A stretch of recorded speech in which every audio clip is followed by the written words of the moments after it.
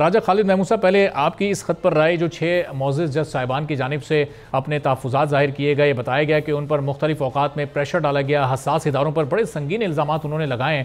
और उस वक्त जब उन्होंने जिक्र किया था जस्टिस उमरता बंदियाल साहब से, तो उस वक्त तो कोई ख़ास कार्रवाई इस पर नहीं हुई, कोई उस वक्त एक्टिविटी हमें नज़र नहीं आई। और आज हमने देखा कि फ़ौरी तौर पर जस्टिस काज़ी फ़ाइज़ ईसा इस सिलसिले में मुतारिक हुए हैं, उन्होंने एक्शन भी लिया है। तो इस मामले पर क्या राय आपकी?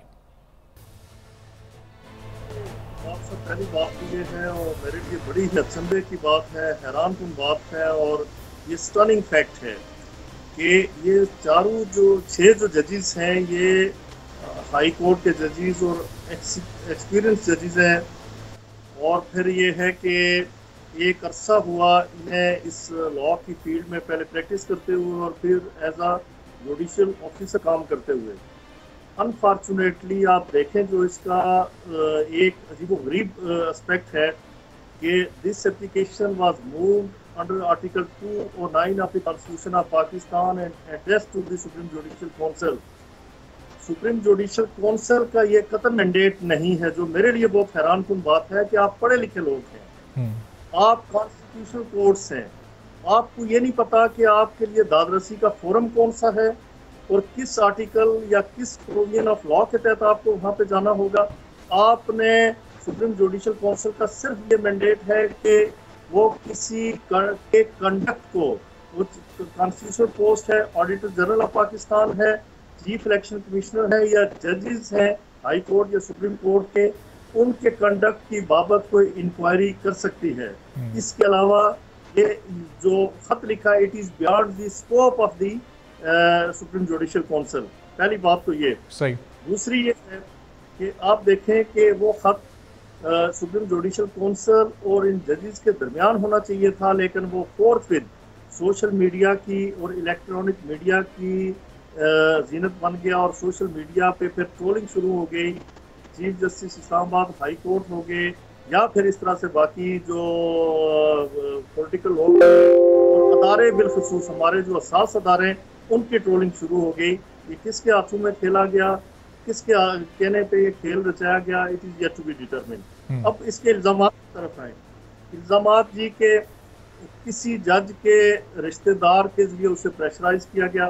जज का नाम नहीं है, रिश्तेदार का नाम नहीं है, प्रेशराइज करने वाले साहब कौन से थे उनका नाम नहीं है।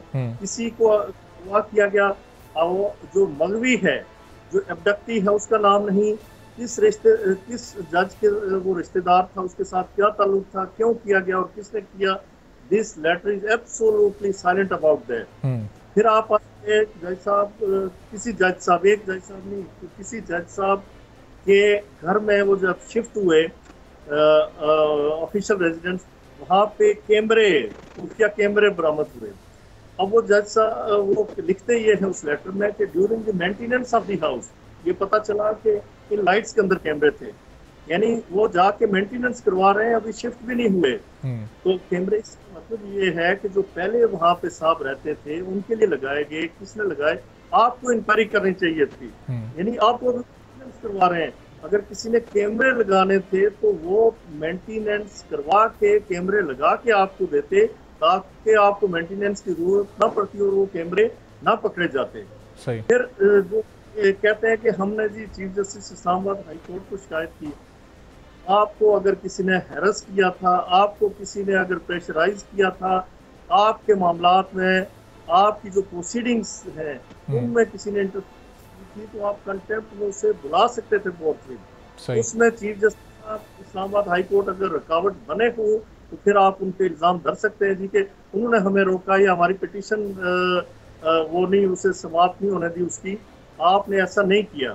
फिर ये आपने 22 मार्च का जो फैसला था जस्टिस शोकत सिद्दीकी साहब के हवाले से, उसके पीछे छुपने की कोशिश की। सही। कहा गया कि उस फैसले के अंदर ये हुआ और आपने इंक्वायरी का कहा, तो जस्टिस शोकत सिद्दीकी ने तो स्पेसिफिक इल्जामात लगाए थे कि मेरे घर पे फलां साहब ने फलां दिन मुलाकात की थी आके। सब्सक्राइब करें और बेल दबाएं ताकि कोई खबर रह न जाए।